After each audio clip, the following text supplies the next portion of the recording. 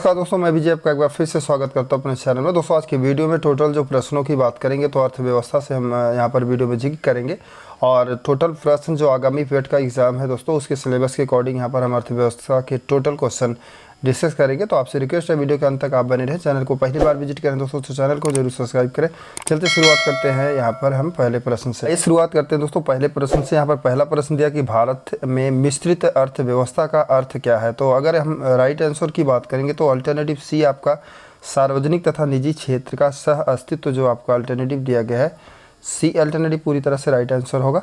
अगले प्रश्न की बात करेंगे तो निम्नलिखित में से कौन सा भारतीय अर्थव्यवस्था का प्रमुख लक्षण है। पूंजीवादी अर्थव्यवस्था दिया, जो है समाजवादी अर्थव्यवस्था दिया गया है और मिश्रित अर्थ व्यवस्था दिया गया है। तो आपका डी की बात करें तो नन ऑफ दीज दिया गया है। तो जो राइट आंसर होगा दोस्तों सी अल्टरनेटिव आपका पूरी तरह से राइट आंसर होगा। यहाँ पर अगले प्रश्न की बात करेंगे तो दिया गया कि भारतीय अर्थव्यवस्था वर्णित की जा सकती है। तो यहाँ पर बी अल्टरनेटिव जो आपका दिया गया एक विकासशील अर्थव्यवस्था, मतलब कि बी अल्टरनेटिव आपका राइट आंसर होगा। अगले प्रश्न की बात करेंगे तो विकास का भारतीय जो है मॉडल किसके हितों की सुरक्षा करता है। तो व्यक्ति का करता है या राज्य का करता है या व्यक्ति राज्य दोनों का करता है या none of these D alternative में दिया गया है। जो करेक्ट आंसर होगा दोस्तों सी अल्टरनेटिव आपका राइट आंसर होगा। व्यक्ति और राज्य दोनों आपका पूरी तरह से करेक्ट आंसर हो। यहाँ पर अगले प्रश्न की बात करें तो दिया गया कि किसी देश में जीवन स्तर प्रतिबिंबित होता है। तो यहाँ पर गरीबी के अनुसार दिया गया है, प्रति व्यक्ति के आय के अनुसार दिया है, राष्ट्रीय आय के अनुसार दिया है, बेरोजगारी की दर से दिया गया है। जो करेक्ट आंसर होगा आपका बी अल्टरनेटिव पूरी तरह से राइट आंसर होगा, मतलब प्रति व्यक्ति आय से जो है संबंधित बी अल्टरनेटिव आपका राइट आंसर होगा। अगले प्रश्न की बात करें किसी देश की आर्थिक वृद्धि की सर्वाधिक जो उपयुक्त माप की अगर बात करेंगे तो सकल यहाँ पर घरेलू उत्पाद दिया गया, शुद्ध घरेलू उत्पाद दिया गया है और शुद्ध राष्ट्रीय उत्पाद दिया गया और प्रति व्यक्ति उत्पाद दिया गया। जो आपका राइट आंसर होगा दोस्तों डी अल्टरनेटिव आपका राइट आंसर होगा। यहाँ पर हम अगले प्रश्न की बात करेंगे तो दिया गया कि भारत की राष्ट्रीय आय कौन अनुमानित करता है। तो अल्टरनेटिव की बात करेंगे दोस्तों तो केंद्रीय सांख्यिकी संगठन आपका जो डी अल्टरनेटिव दिया गया पूरी तरह से राइट आंसर होगा। अगले प्रश्न की बात करेंगे भारत का आर्थिक सर्वेक्षण प्रत्येक वर्ष सरकारी तौर पर प्रकाशित किया जाता है।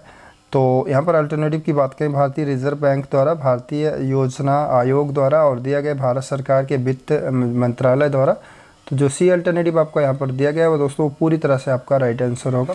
अगले प्रश्न की बात करेंगे तो यहाँ पर वर्ष दिया 1991-92 में भारत के प्रति व्यक्ति वार्षिक जो आय लगभग कितनी थी दोस्तों। तो अल्टरनेटिव 4500 दिया गया, 5500 दिया गया, 7500, 10500 ये सारा चीज़ दिया गया अल्टरनेटिव अकॉर्डिंग। लेकिन यहाँ पर हम बताना चाहेंगे 1991-92 में भारत में प्रति व्यक्ति की जो आय थी वो 7251 रुपया करके थी। तो अल्टरनेटिव अकॉर्डिंग अगर यहाँ पर हम देखेंगे तो लगभग में आपका सी अल्टरनेटिव पूरी तरह से राइट आंसर होगा। लेकिन एक्चुअल में जो करेक्ट आंसर होगा आपका 7251 रुपया था, मतलब 91 से 92 का। तो इस तरह से यहाँ पर सी अल्टरनेटिव आपका राइट आंसर। अगले प्रश्न की बात करेंगे तो यहाँ पर दिया गया कि सतत विकास का आधार क्या होता है। तो पर्यावरणीय जो दृष्टिकोण आपका यहाँ पर सी अल्टरनेटिव दिया गया है आपका पूरी तरह से राइट आंसर होगा। सतत आर्थिक विकास का अभिप्राय क्या होता है, इसकी मीनिंग क्या होती है। तो आपका जो फर्स्ट अल्टरनेटिव दोस्तों दिया गया है कि वर्तमान पीढ़ी के विकास के साथ साथ भविष्य का आर्थिक जो विकास होता है वो आपका राइट आंसर होगा, मतलब फर्स्ट अल्टरनेटिव आपका पूरी तरह से राइट आंसर होगा। अगले प्रश्न की बात करेंगे तो मोस्ट इंपॉर्टेंट प्रश्न यहाँ पर दिया गया है कि किसी निजी क्षेत्र में बैंक के किसानों के लिए ई किसान धन ऐप लागू किया गया था दोस्तों, किसके माध्यम से, कौन सी बैंक के माध्यम से। तो यहाँ पर जो बी अल्टरनेटिव आपका दिया गया है कि HDFC बैंक जो है 2020 में इसे जो है लॉन्च किया गया था और किसान धन मोबाइल जो एप्लीकेशन जारी किया गया था। और यहाँ इससे रिलेटेड अगर हम बात करेंगे जो एप्लीकेशन जो अवेलेबल कराया गया था किसानों के लिए, इससे फसलों का जो भाव होता है और ये वेराइटीज़ जो होती है दोस्तों, मौसम की जानकारी, कृषि से सूचनाएं, जो कृषि से रिलेटेड, ये सारी चीज़ें इस ऐप के माध्यम से किसानों को जो है लाभ के रूप में प्रदान किया जाता है। तो इसका जो करेक्ट आंसर होगा आपका बी अल्टरनेटिव पूरी तरह से राइट आंसर होगा। यहाँ पर अगले प्रश्न की बात करेंगे तो दिया गया कि निम्नलिखित में से क्या भारत में नीली क्रांति से संबंधित है। अर्थात क्वेश्चन पूछने का तात्पर्य दोस्तों कि नीली क्रांति से रिलेटेड कौन सा अल्टरनेटिव आपका सही होगा। तो मत्स्य जो पालन आपका दिया गया सी अल्टरनेटिव आपका पूरी तरह से राइट आंसर होगा।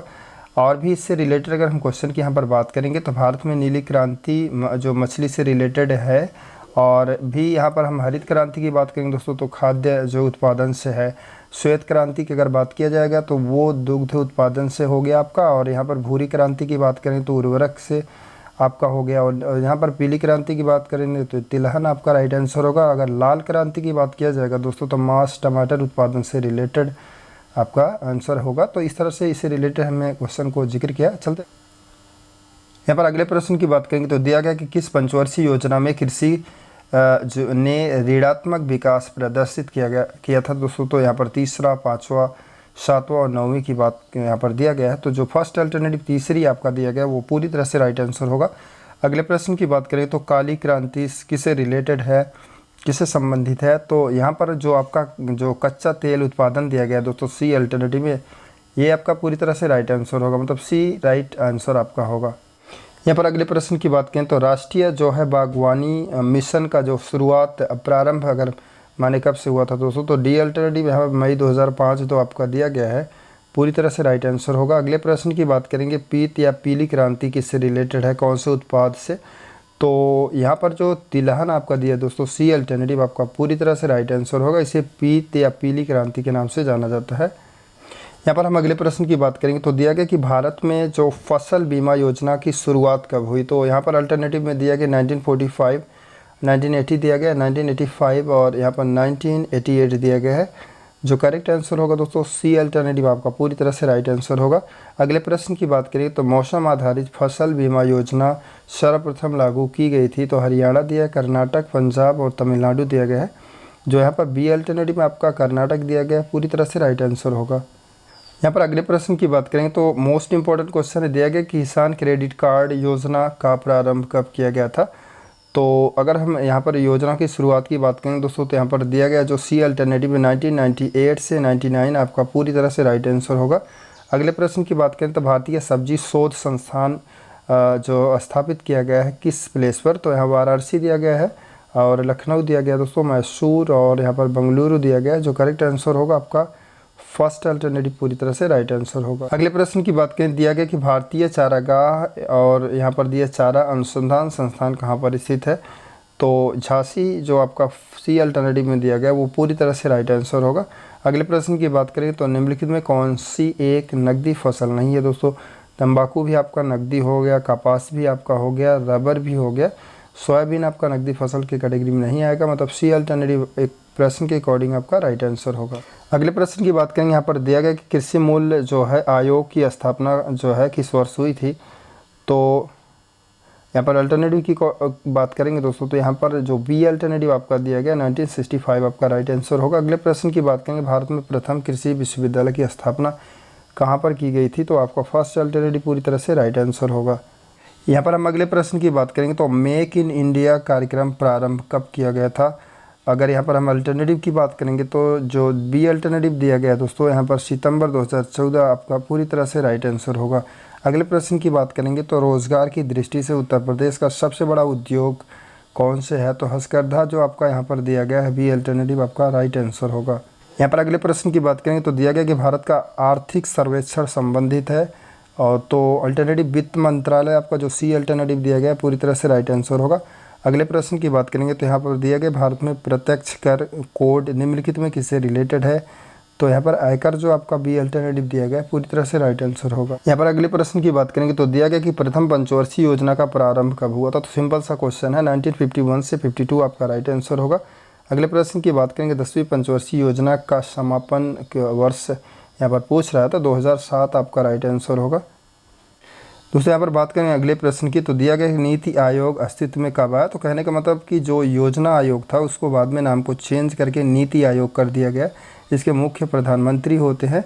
और यहाँ पर हम राइट आंसर की बात करेंगे कि ये अस्तित्व में कब आया। तो यहाँ पर जो आपका डी अल्टरनेटिव आपका दिया गया है कि 1 जून 2015 आपका पूरी तरह से राइट आंसर होगा।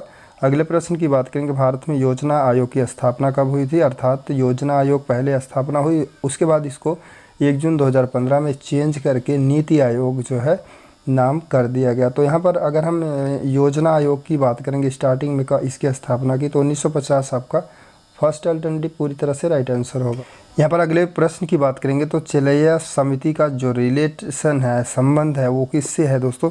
तो प्रत्यक्ष और अप्रत्यक्ष कर में सुधार से संबंधित है, मतलब फर्स्ट अल्टरनेटिव आपका राइट आंसर होगा। अगला प्रश्न यहाँ पर दिया कि शराब पर उत्पादन कर लगाया जाता है किसके माध्यम से, केंद्र सरकार के द्वारा, राज्य सरकार के द्वारा, नगर निगमों द्वारा या फिर जिले बोर्ड के द्वारा। तो यहाँ पर जो बी अल्टरनेटिव दिया गया है आपका राज्य सरकार द्वारा, तो आपका बी अल्टरनेटिव पूरी तरह से राइट आंसर होगा। यहाँ पर अगले प्रश्न की बात करेंगे तो शायद क्वेश्चन रिपीट हो गया। निम्नलिखित में कौन सा राष्ट्रीय विकास समिति का अध्यक्ष होता है, तो यहाँ पर फर्स्ट अल्टरनेटिव ही आपका राइट आंसर होगा। जैसे कि मैंने अभी बताया कि भारत का जो प्रधानमंत्री होता है वही राष्ट्रीय विकास समिति का अध्यक्ष होता है। तो वो दोस्तों इस वीडियो में बस इतना ही। अगर वीडियो अच्छा लगे तो आप वीडियो को दोस्तों के साथ शेयर करें। मिलते हैं अगले वीडियो में। Thank you for watching this.